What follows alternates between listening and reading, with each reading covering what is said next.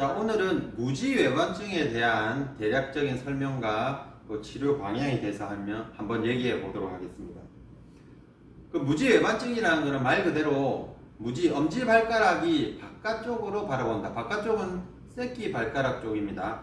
바깥쪽으로 바라본다. 말 그대로 바깥쪽으로 휘어진다고 해서 무지외반증이고, 또 엄지발가락 바로 밑에 중족골이라는 뼈가 있어요. 그거는 안쪽으로 회전이 내회전이 되는 형태로 그렇게 변형이 일어납니다. 그래서 엄지발가락은 바깥쪽으로 휘어지고 중족골은 내회전이 일어나는 병형을 우리는 무지외반증이라고 말할 수 있습니다.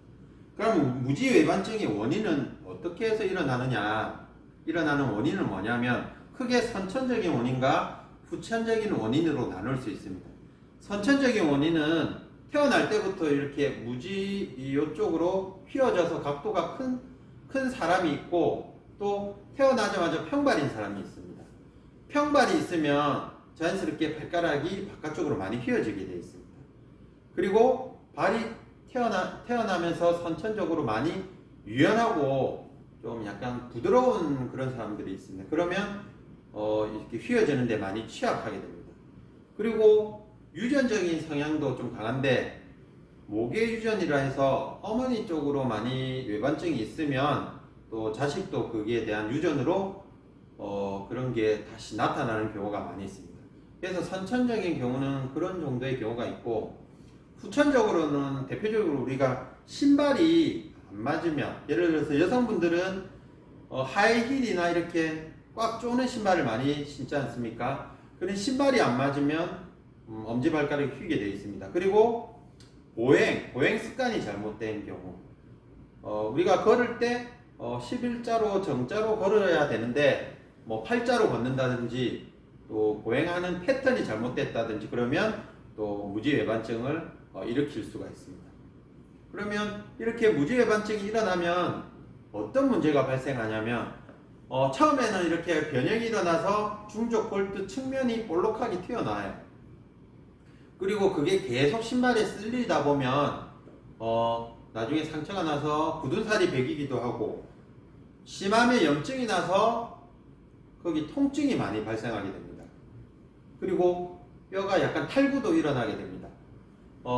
변형이 일어나는 것까지는 괜찮은데 이게 통증이 너무 심해져 버리고 그게 낫지 않으면 대부분 수술을 많이 하는 경우가 있습니다. 그래서 수술을 하고 안 하고의 기준 중에 제일 첫 번째는 변형되는 게 아니고 이 환자가 얼마나 통증이 심해서 일상생활 하기가 힘드냐, 그 기준으로 수술을 결정하게 됩니다. 아무튼 증상은 이렇게 통증이 많이 발생할 때 문제가 심각하다고 보시면 됩니다.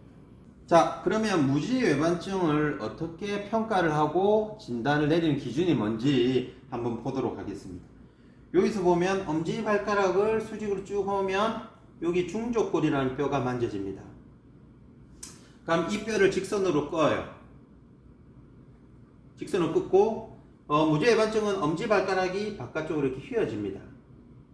휘어지죠? 그럼 휘어지는 그 뼈 라인 그대로 선을 꺼요. 그다음에 여기 직선의 라인과 중족골에, 그리고 엄지발가락에 수직 라인을 끄면 중간에 각도가 발생하게 됩니다. 이 각도가 15도 이상이면 무지외반증으로 진단을 내립니다. 그리고 30도 이상 발생해 버리면 대부분 수술을 한번 고려해 봐야 됩니다. 그래서 자가적으로 쉽게 자기가 무지외반증인지 아닌지 판단되는 기준은 이 선을 두 개 꺼 가지고 각도를 재서 판단 내릴 수 있습니다. 자, 이제는 무지외반증을 어떻게 교정을 하고 치료를 하는지를 설명해 드리도록 하겠습니다. 크게 무지외반증 치료는 크게 운동 치료가 있고, 또 심한 분은 보조기를 착용하고, 또 통증이 너무 심한 분은 수술까지 고려하는데, 오늘은 무지외반증에 대한 운동을 진행해 보도록 하겠습니다. 운동 순서는 첫 번째 이완 운동, 이완되는 운동을 하고, 두 번째는 강화시키는 운동, 또 세 번째는 보행 운동 순서대로 해보겠습니다. 무지외반증은 특히 세 가지 근육이 많이 단축이 돼요. 장무지굴근, 담무지굴근, 또 내전근이 단축이 됩니다. 이 세 개의 근육을 이완시킬 건데, 무지 내전근은 여기 보면 엄지발가락과 두 번째 발가락 사이 있지 않습니까? 여기 이 부분이 많이 단축이 일어납니다. 이 부분이 무지내전근의 위치가 되는데, 무지외반증이 심하신 분은 여기 살짝만 만져도 압통을 많이 호소합니다. 그래서 처음에 이 무지내전근을 이완시키는데 자기 손가락으로 이 내전근 위치를 이렇게 마사지 하듯이 만져주시면 됩니다. 처음에는 많이 아픈데 나중에 만지다 보면 많이 부드러워지는 걸 느낄 수 있습니다. 이렇게 마사지를 먼저 1분 정도 진행해 주시도록 합니다. 나중에는 여기뿐만 아니고 발가락 사이사이 두 번째, 세 번째 모두 다 이렇게 풀어주시는 것도 좋습니다. 그리고 그래서 처음에는 이렇게 무지내전근을 엄지손가락을 이용해서 풀어주게 됩니다. 그 다음에는 장무지굴근과 단무지굴근에 대한 스트레칭을 실시하도록 하겠습니다. 자, 장무지굴근과 단무지굴근에 대한 스트레칭을 한번 실시해 보도록 하겠습니다.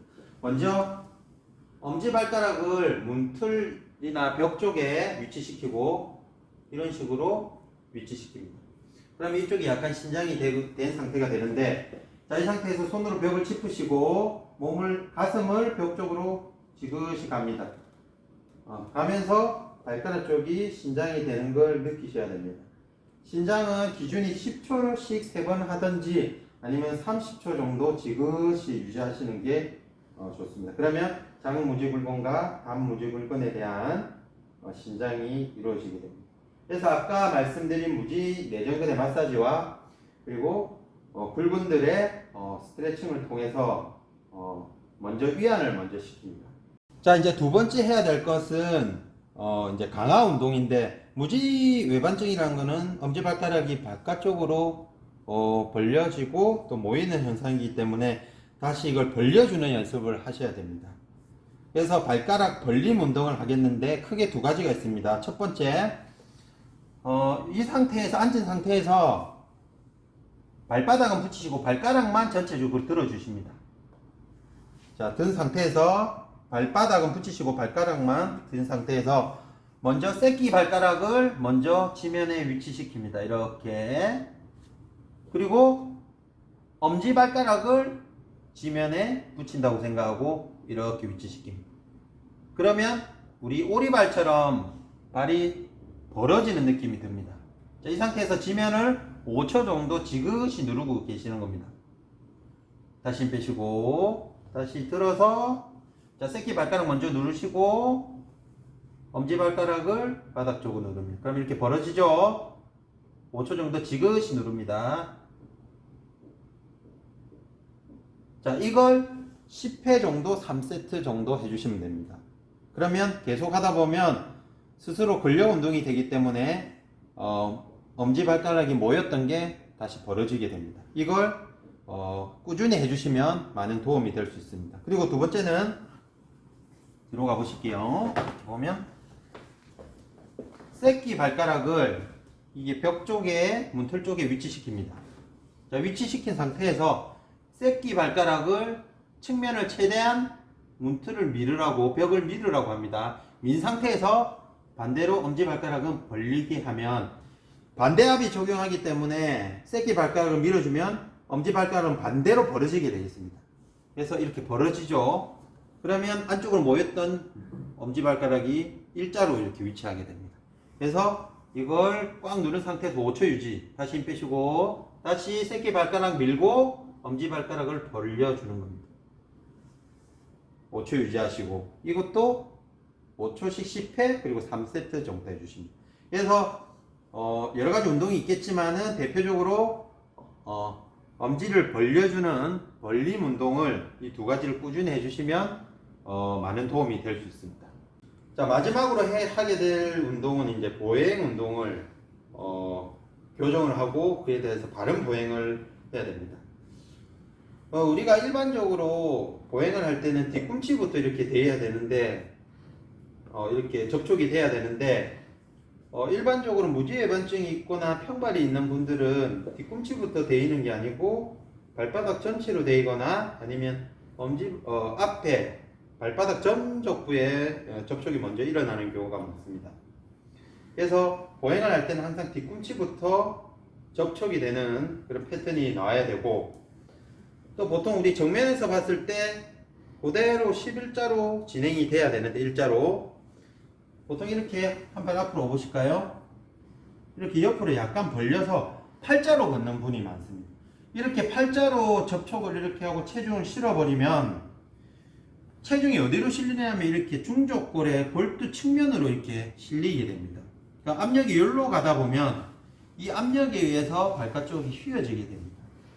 그래서 팔자로 걷는 것보다는 11자로 걸어주는 게 좋고, 그리고 11자로 걷는다면, 그대로 11자로 걷는다면 마지막에 엄지발가락을 차고 앞으로 나가게 됩니다. 한 발로 나가볼까요? 이렇게 갔을 때 이 뒷발이 엄지발가락에 힘을 주고 나가게 됩니다. 이걸 토 오프라고 하는데, 그래서 엄지발가락에 힘을 실을 수가 있습니다. 그래서 발가락이 변형되는 걸 방지할 수 있습니다. 그래서 보행을 할 때는 항상 뒤꿈치부터 첫 번째 먼저 접촉이 돼야 되고, 되도록이면 11자로 팔자 걸음을 걸으시면 안 되고, 그리고 엄지발가락으로 마지막에 차는 느낌으로 접촉을 하고 토 오프 하는 느낌으로 나가셔야 됩니다.